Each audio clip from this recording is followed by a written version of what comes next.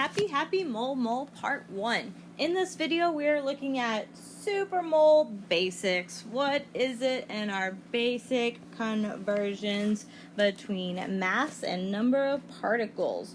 So the mole is a unit of counting that we use in chemistry, kind of like a dozen is a unit of counting used in the baking world. A dozen means that you have 12 of something, but a mole or Avogadro's number means that we have 6.022 times 10 to the 23rd particles in 1 mole of that substance.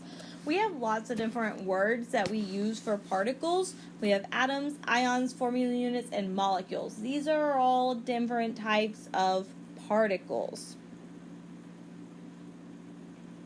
Any atom, element, or compound, we can find its mass on the periodic table. That's our average atomic mass, that decimal number on the periodic table.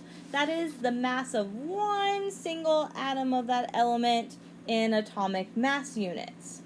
If we have a compound, we can add up all the individual atoms to find the mass of that entire compound. That would still be in AMUs, the mass of one single molecule of that compound in AMUs. But what's great about the mole and why it is the number that it is based on all of Avogadro's research, all that fun stuff, that mass of one single atom or molecule in AMUs is equal to the mass in grams of 1 mole of that substance. So then we can use this knowledge to convert between the number of particles, moles, and the mass for any substance, whether it's an element or a compound. Quick little vocab on those particle words. A molecule is 1 unit of a covalent compound. A formula unit is 1 unit of an ionic compound. So that's what the difference is there. So as we said, we're looking at the basics today. We're looking at those conversions from moles to mass or number of particles. We could end up doing this whole little thing here on this part of our molar roadmap. So going from moles to number of particles in dimensional analysis, we're going to be using one of these two fractions depending on which direction we're going. These fractions or conversion factors are two things that are equal to each other. So we just learned that by definition, 1 mole is equal to Avogadro's number of particles. And we've taken that equality, that conversion factor, and set it up into a fraction to use in dimensional analysis. We also learned that by definition, molar mass is the mass of 1 mole. So 1 mole is equal to X number of grams. We find that number of grams on the periodic table. And if it's a compound, we add them up. So let's look at a couple examples using this. Anytime that we hit examples in the notes, if you're feeling confident with the material, I would recommend that you try that on your own and then resume to check your answer. If you're not feeling quite sure and want to watch through the work together, go ahead and continue on. If you want to try on your own, pause and then continue. So on example number 1 here, we're looking at Freon. Freon is a refrigerant in air conditioners and is also used as a propellant in aerosol cans. So it's CCl2F2. We have a 5.56 milligram sample of this Freon, and we want to know how many molecules of Freon are in that sample. So we're going to start with that given, our 5.56 milligrams of our Freon. So for our units, remember we always want to say what unit, so milligrams, and then of what, so in this case the Freon. Then we need to figure out what our first conversion factor here is going to be. Units are always going to drag and drop down, so I'm going to bring my milligrams down. Well, trying to get to molecules, I'm going to have to go through moles or get to grams, because molar mass is grams, not milligrams.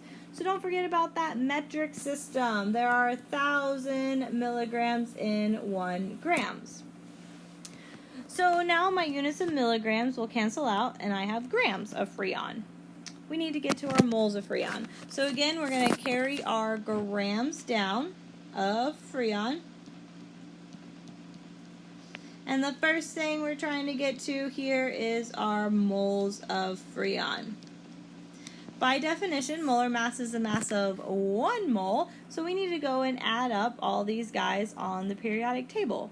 So we have 1 carbon, 2 chlorines, 2 fluorines, so 12.01 plus 35.45 times 2 plus 19 times 2 should give us a total of 120.91 grams. So again, grams will cancel out. We have moles of Freon. We're trying to get to molecules. Drag those units down.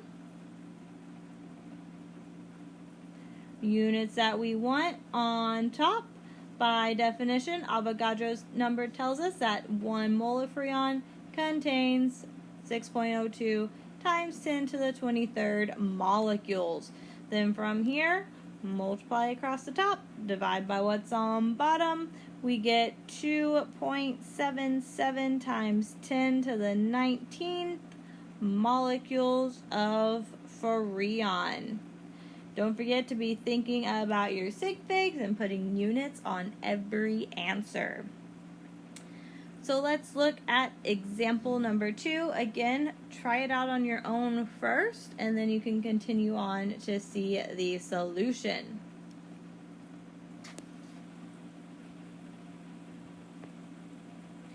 In number 2, we have 2 atoms of carbon combining with 4 atoms of hydrogen to form ethene.